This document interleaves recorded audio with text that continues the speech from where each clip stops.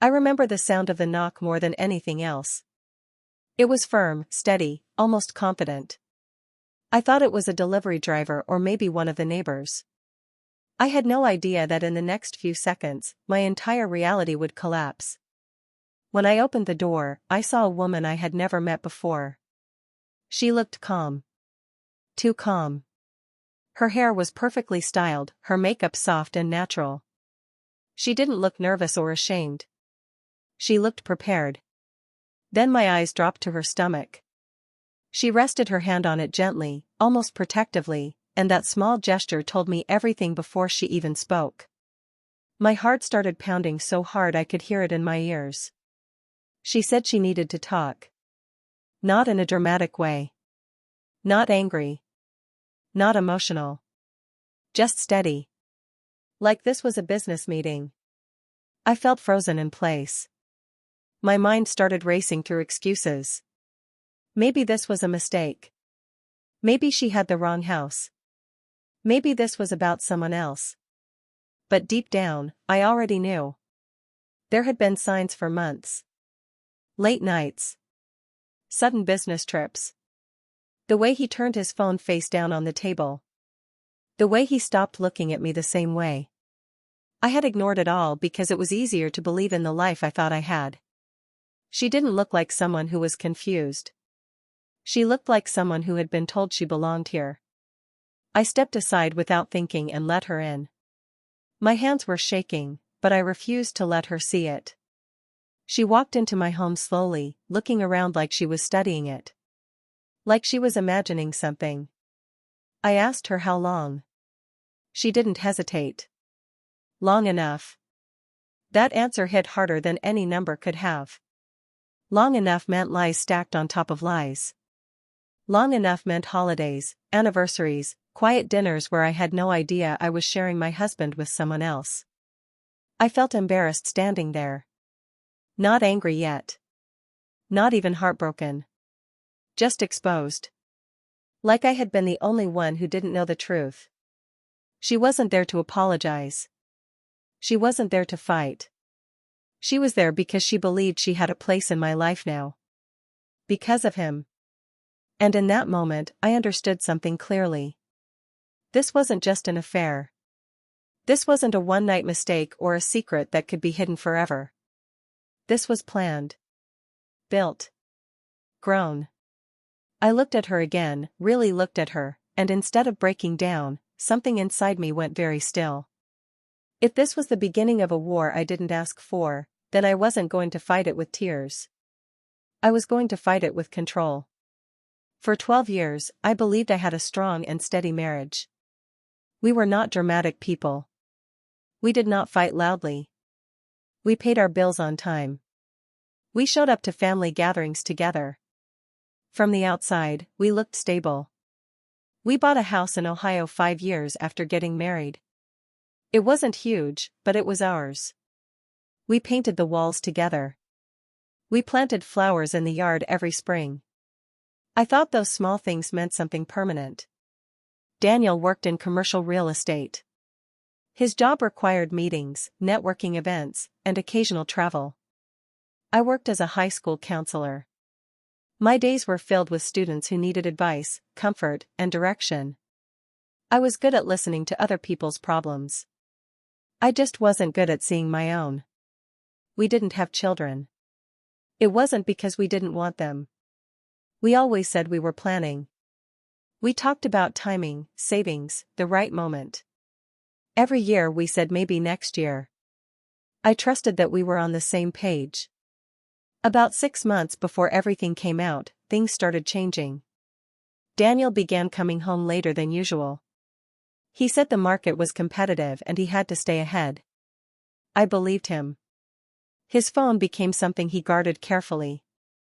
If it buzzed, he would glance at it and turn it face down. If I walked into the room, he sometimes stepped outside to take calls. I told myself it was work pressure. There were more business trips than before. Short ones. Overnight stays in cities not too far away. He said deals were closing fast and he had to be present. I didn't question him. I packed his shirts and wished him safe travel.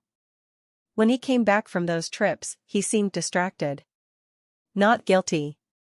Just distant. He would sit at the dinner table and scroll through his phone while I talked about my day. Sometimes I would stop mid-sentence, waiting for him to notice. He rarely did.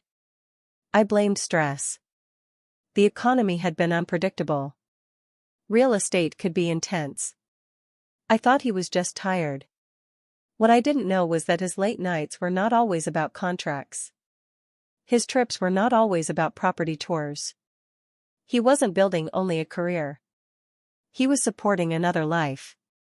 While I believed we were saving for our future, he was paying rent for an apartment across town. A place I had never seen. A place meant for someone else. And that someone else wasn't just a temporary mistake. She was 5 months pregnant. While I was telling friends that we were waiting for the right time, my husband was preparing to become a father with someone else.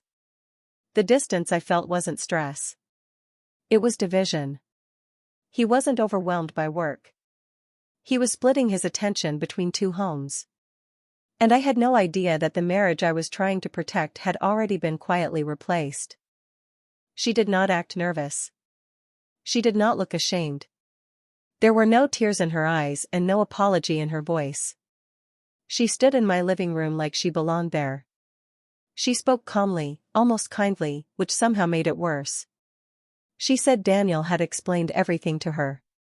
According to her, our marriage had been over for a long time. She said he was only staying until certain financial matters were handled. Once things were stable, he planned to leave. She said this like it was a simple timeline. Like I was just a step in a process. Then she told me the baby was a boy. Her hand rested on her stomach again, protective and proud. She said Daniel was excited. That he had always wanted a son. I felt my chest tighten, but I didn't interrupt her. Then she said something that cut deeper than anything else. She told me he wanted a child, and I couldn't give him one. The words were sharp. Direct. She did not know the full story, but she said it with confidence, as if she had been told a version that made her feel secure. Years ago, I had lost 2 pregnancies. It was one of the hardest times of my life. Daniel had held my hand in hospital rooms. He had told me we would try again when we were ready. He had said we were in it together. Now I realized those promises had limits. She looked at me carefully, almost studying my reaction. Maybe she expected tears. Maybe she wanted me to shout or beg or deny everything. I did none of that. Inside, I felt something crack. Not loudly. Not dramatically. Just a quiet shift. The kind that changes a person permanently. She continued talking about plans. About the future. About how things would work out. She spoke like she had already been chosen. Before leaving, she paused at the door. She turned back and delivered one final sentence. He's happier with me. She said it softly, but clearly. Like she was offering closure. Then she walked out. The house felt too quiet after she left. I stood in the same spot for a long time. I didn't cry. I didn't throw anything. I didn't call him. I thought about the hospital rooms. The promises. The nights I blamed myself. The years I believed we were building something together. I understood something important in that silence. If she was confident, it was because he had made her confident. If she believed she had won, it was because he had told her that. And if he thought I would fall apart when I found out, then he didn't know me at all. I did not break down. I went quiet. And when someone like me goes quiet, it does not mean weakness. It means I am thinking. That night, he came home at his usual time. He placed his keys on the counter, loosened his tie, and asked what was for dinner. His voice sounded normal. Too normal. I watched him move around the kitchen like nothing had changed. Like there wasn't a storm waiting for him in the same room. I didn't yell. I didn't accuse. I simply looked at him and asked one question. How long? He stopped mid-step. His back stiffened. For a few seconds, he didn't turn around. When he finally did, the color had drained from his face. He knew exactly what I meant. There was no denial. No confusion. No pretending he didn't understand. That silence told me more than any words could.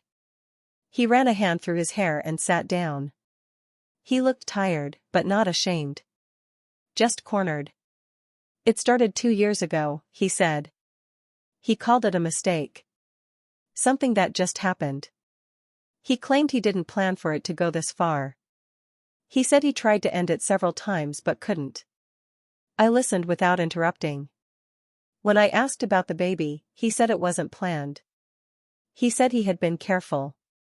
He said it complicated everything. Complicated. That was the word he chose. Then he looked at me and said he still loved me. That what we had was real. That our history meant something. He said he never meant to hurt me.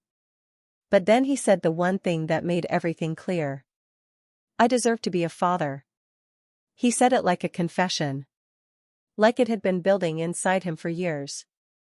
In that moment, I understood something painful.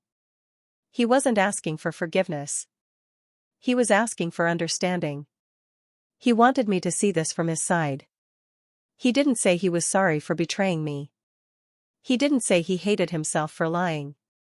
He didn't say he regretted choosing someone else. He talked about what he deserved. He talked about wanting a child like it was a right that had been denied to him. I realized he had rewritten our story in his mind. In his version, he wasn't selfish. He wasn't dishonest. He was a man chasing something he believed he was owed. I sat across from him and studied his face. I searched for guilt. For real remorse. I didn't see it. What I saw was fear. Not fear of losing me. Fear of consequences. He wasn't upset because he hurt me. He was upset because the truth had surfaced before he was ready. That was the moment something inside me settled. This wasn't about love anymore. This wasn't about fixing anything. He didn't regret what he had done. He regretted that I knew. The next morning, I didn't argue. I didn't follow him from room to room demanding answers. Instead, I waited until he left for work. Then I sat down at the kitchen table with my laptop and a notebook. If my marriage had been built on lies, I needed to understand how deep those lies went. I started with our bank accounts. At first glance, everything looked normal. Regular bills. Mortgage payments.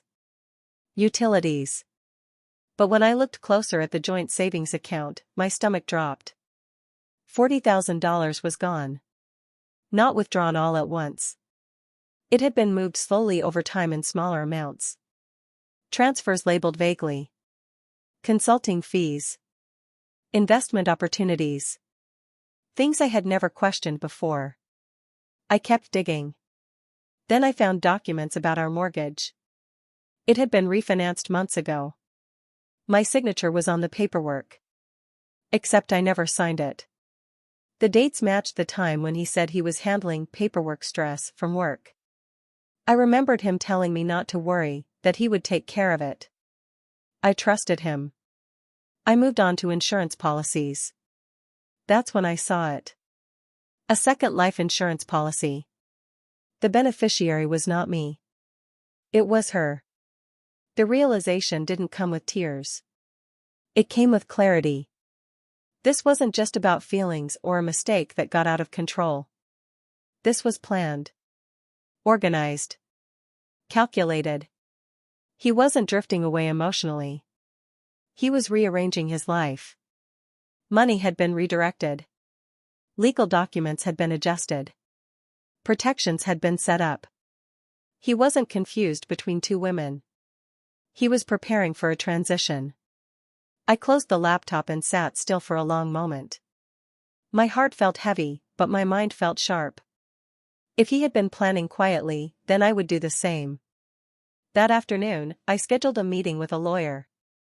I chose someone with experience in financial cases. I didn't tell Daniel where I was going. I simply said I had errands to run. The lawyer's name was Mark Sullivan. His office was simple and professional. When I sat across from him, I handed over copies of everything I had printed. He reviewed the documents carefully. He asked calm, direct questions. I answered each one clearly. At no point did I cry. At no point did I beg for advice about saving my marriage. This wasn't about saving anything. It was about protecting myself. Mark explained what refinancing without full consent could mean. He explained how hidden transfers might be handled. He talked about legal options, timelines, and strategy. Strategy. That word mattered. When I walked out of his office, I didn't feel broken. I felt informed. And information is power. Daniel thought he had been planning quietly. He didn't realize I had started planning too. That evening, I surprised him. I told him I had been thinking. I said 12 years was not something I could throw away overnight. I said maybe we should try counseling. Maybe we should try to work through it. He looked relieved. Not emotional. Relieved. He stepped closer to me and said he knew we could fix this. He promised to handle the situation. He said he would figure everything out. I nodded like I believed him. From that day on, I changed my tone. I stopped asking questions. I stopped looking hurt.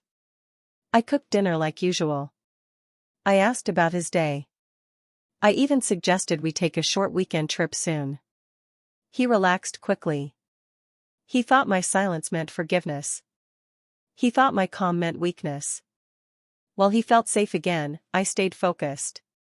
Every spare moment, I organized paperwork. I made copies of tax returns, property documents, bank statements, insurance files, and loan agreements. I kept everything in a secure place he would never think to check. I documented proof of his affair carefully. Dates. Travel records. Financial transfers connected to apartment payments. Anything that showed a clear pattern. Not because I wanted drama. Because I wanted leverage. I also reviewed the deed to the house again. The property had originally come from my grandmother before we married. That detail mattered more than he realized. I made certified copies of every related document. Then I moved carefully with the remaining money in our accounts. I followed legal advice step by step. I transferred half of what was left into a protected account under my name. Everything documented. Everything clean. If he noticed, he didn't say anything. He assumed I was handling routine expenses. During this time, I learned something unexpected. Through paperwork and payment trails, I saw the full picture of his finances. He wasn't thriving the way he pretended to be. Credit cards were nearly maxed out. Business investments were underperforming. There were personal loans I had never known about. He wasn't building a strong future. He was balancing on the edge of debt. And the apartment he was paying for? It wasn't cheap. The medical bills connected to the pregnancy? Growing. One thing became very clear. She did not know the full truth. From what I could tell, she believed he was financially stable. She believed he was secure and capable. She believed he could provide comfortably.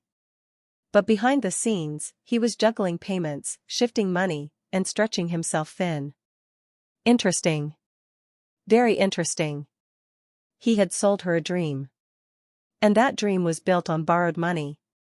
Every night, he slept peacefully beside me, thinking the storm had passed.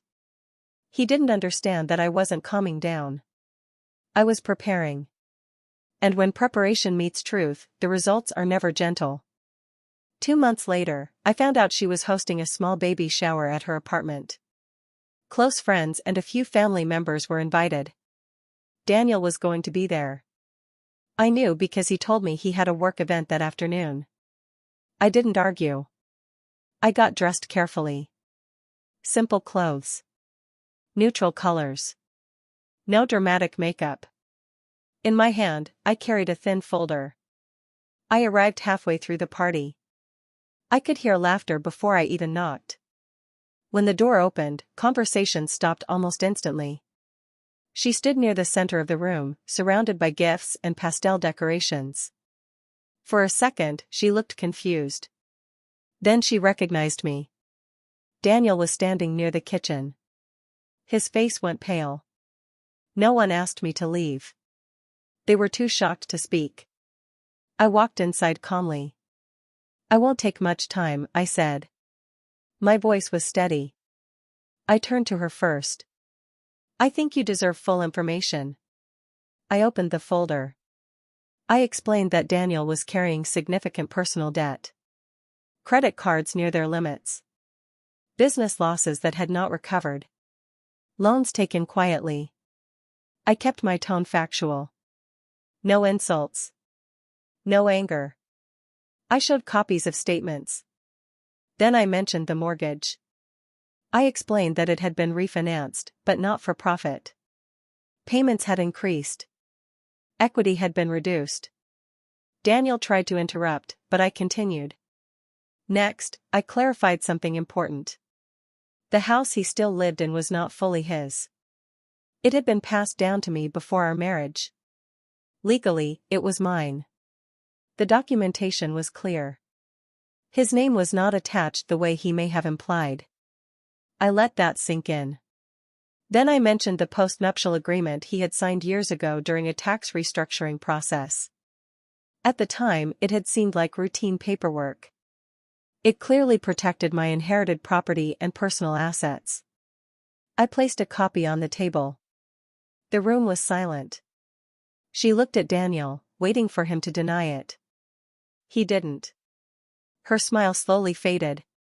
The confidence she once carried was gone. For the first time, she looked uncertain. I wasn't there to embarrass her. I was there to make sure she understood. The image she had been given was incomplete. The promises she believed in were built on unstable ground. I closed the folder gently. "You should know what you're building your future on," I said quietly. No shouting. No insults. Just facts. I turned and walked toward the door. Behind me, I could feel the shift in the room. The celebration no longer felt light. It felt heavy. Questions were forming. Doubts were spreading. She hadn't secured a stable provider. She had stepped into financial chaos.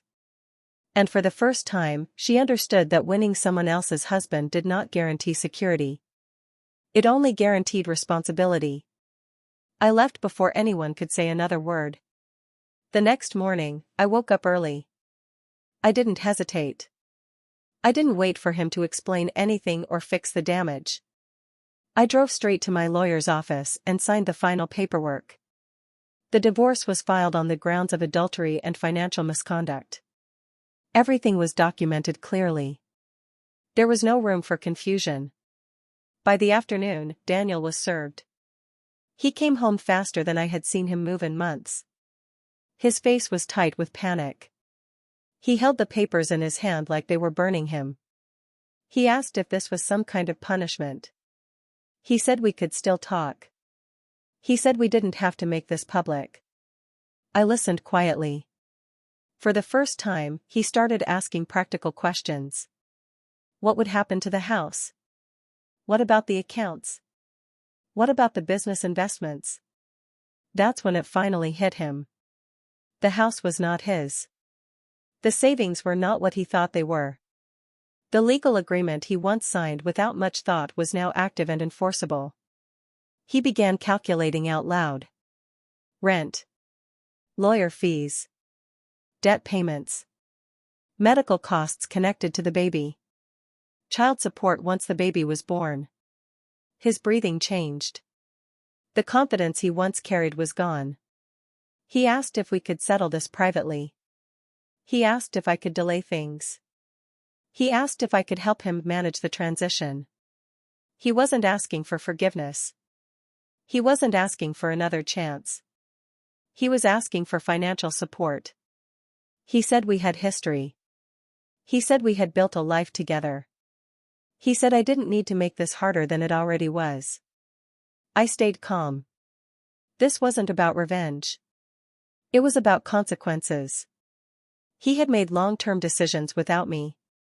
He had moved money, signed documents, and planned a different future. Now he was facing the reality of those decisions. He tried one last time. "Please," he said. "Don't leave me drowning." For a brief moment, I saw fear in his eyes. Not sadness. Not regret. Fear of instability. I thought about the years I trusted him. The plans we had discussed. The quiet shifts he made behind my back. Then I answered simply. "I'm not responsible for choices you made." I didn't raise my voice. I didn't insult him. I just declined. Over the next few weeks, the process moved forward quickly. Legal notices were exchanged. Asset divisions were reviewed. Timelines were set. He moved out soon after. The house felt quiet again, but not heavy. This time, the silence felt clear. He had spent years planning a replacement. He never planned for resistance. And now, he understood something too late. Stability cannot be stolen. It has to be earned. Months passed quietly. I focused on my work and kept my routine simple. I stopped asking about him. I stopped checking for updates. My life felt smaller at first, but it also felt calmer. Through mutual acquaintances, small pieces of information reached me over time. Daniel had moved into a small apartment on the edge of town. Nothing like the house he once lived in. Just a basic space close to his office. He was working longer hours now. Extra projects. Weekend appointments. Anything that brought in more money. The baby was born. A boy. From what I heard, the first few weeks were difficult. Sleepless nights. Medical bills. Adjustments. Reality moved in quickly. Child support payments began. Legal fees were still active. Personal loans had not disappeared. Credit card balances were growing with new expenses. Overtime became necessary, not optional. The image he once carried, successful, stable, confident, had started to fade. People talk. Not in a cruel way. Just in the way communities do. I learned that Brittany had begun asking questions. About money. About promises. About timelines that didn't match up. Apparently, she had been told stories about future plans. About stability. About building something secure. Over time, she realized those same words had been used before. The dreams he described to her were not new. They were recycled. She began to see the pattern. The promises sounded familiar because they were. The future he painted for her had once been painted for me. The confidence she once carried had changed. The smile that felt steady months ago now looked strained. Caring for a newborn while managing financial stress is not simple. Especially when the foundation is shaky. I didn't hear about dramatic arguments or explosive fights. Just tension. Fatigue. Disappointment settling in slowly. Daniel was no longer dividing his time between two lives. He was trying to survive one. When I first heard these updates, I waited for a feeling of satisfaction. I thought maybe I would feel vindicated. Maybe I would feel like justice had been served. But what I felt was different. Relief. Relief that I was no longer part of that chaos. Relief that I didn't have to wonder where he was at night. Relief that I wasn't tied to constant financial stress caused by decisions I didn't make. I didn't celebrate his struggles. I didn't wish him worse. I simply recognized that the weight I once carried had shifted away from me. The life he chose came with responsibilities he underestimated. And for the first time in a long time, I felt light. Not because he was struggling. But because I wasn't anymore. A year had passed since that day Brittany first knocked on my door. In that time everything had changed, but I had changed even more. I spent the year slowly reclaiming my life. I redecorated my home, not to impress anyone, but because it was mine. Every choice I made, paint colors, furniture, the little details, reminded me that I built this life myself. It was a life no one could take from me. I kept my last name. Not for him. Not for anyone else. I kept it because it represented me, my family, my history, and the person I had become. It was no longer tied to a marriage that had betrayed me, it was tied to my strength. I started attending therapy regularly. I didn't go there to be told what to do. I went to unpack the years of pain, confusion, and doubt. I learned to recognize the ways I had been controlled, and slowly, I learned to let it go. I healed, piece by piece, without anyone else needing to notice. One rainy evening, I sat by the window with a cup of tea. The sound of the rain was steady, calming, and I let my mind wander over the past year. I thought about Brittany and the baby. I thought about Daniel and his panic over money, debt, and responsibility. I thought about the woman I had been, naive, trusting, willing to believe the best in people who didn't deserve it. Brittany believed a pregnancy could secure a man's loyalty. Daniel believed betrayal could secure his happiness. Both were wrong. I realized that real power isn't in manipulation or control. Real power is in preparation. It's in understanding the situation, staying calm when others expect you to break, and acting strategically when the time comes. Preparation beats panic every time. Silence can be stronger than shouting. Listening, observing, and waiting gives you a clear picture while others act on emotion. My quiet actions had undone their plans without me ever needing to yell or beg for respect. Silence, patience, and clarity had been more powerful than any confrontation. And dignity is the most devastating form of revenge. It is calm. It is measured. It cannot be taken away. By keeping my composure, handling the truth, and moving forward without bitterness, I had won far more than I realized. Daniel didn't lose me because he cheated. He lost me because he underestimated me, because he thought my pain would make me weak. He never understood that my strength came from my resilience, my planning, and my refusal to be shaken by betrayal. That morning, when Brittany smiled at the door, she thought she had won. Daniel thought he had control. But it was the last time anyone ever saw Rachel Harper as someone to underestimate. Now, I look back with clarity, not anger. I built a life of my own. I kept my home, my peace, and my dignity. I survived, I healed, and I became stronger than I ever imagined. And that, more than anything, is mine.